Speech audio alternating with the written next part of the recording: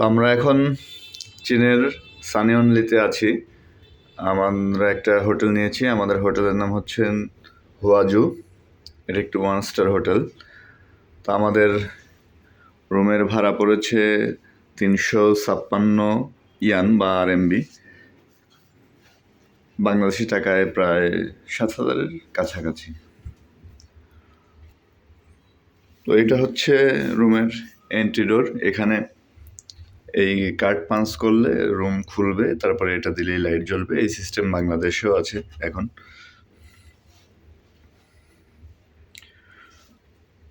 ঢোকার পরে এখানে একটা সুরেক বা শুট টুল আছে এখানে। তারপরে আছে এখানে একটা বেসিন, এখানে হ্যাঙ্গার আছে, আলমারি নেই রুমে। এখানে আপনার কাপড় চোপড় রাখতে পারবেন ঝুলিয়ে।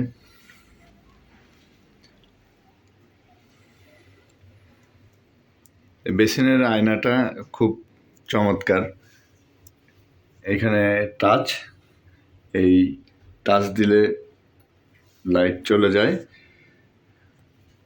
আবার টাচ দিলে লাইট জ্বলে। জিনিসটা খুব ভালো লাগছে। এখানে একটি র্যাক আছে, এখানে পানি, গ্লাস, চা কফি দেয়া আছে। এখানে চা কফির মেশিন দেয়া আছে।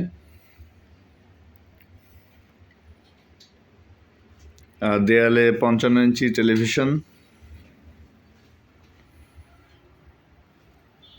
এখানে একটি টেবিল দেয়া আছে, চেয়ার, এখানে সোফা আছে। বেডটা খুব সুন্দর।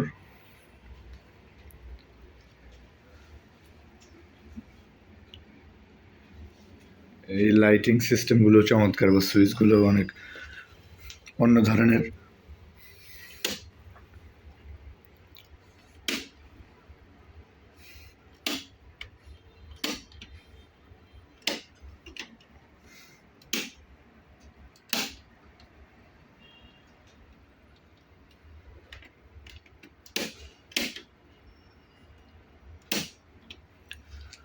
তো এই হচ্ছে আমাদের ডাবল বেড।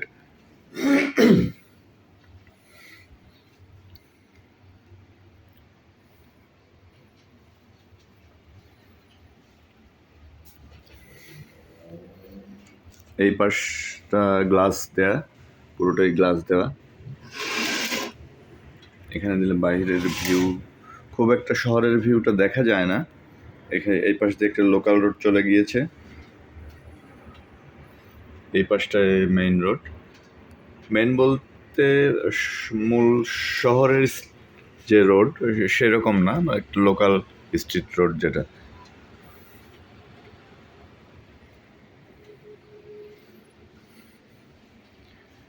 এই পাশে ওয়াশরুম।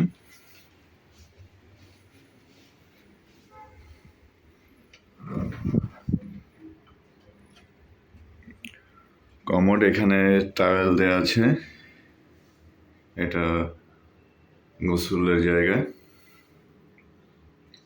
এখানেও টাইল রাখা আছে, বেসিনেও টাইল রাখা আছে।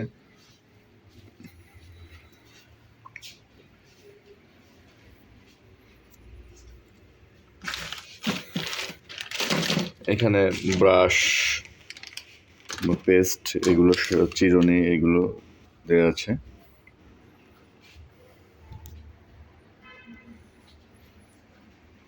তো মজার ব্যাপার হচ্ছে এখানে কোথাও ইংলিশ বা অন্য ভাষা লেখা নেই বললেই চলে। সব কিছু বা মানে সব প্রোডাক্টেও চাইনিজ ভাষা লেখা।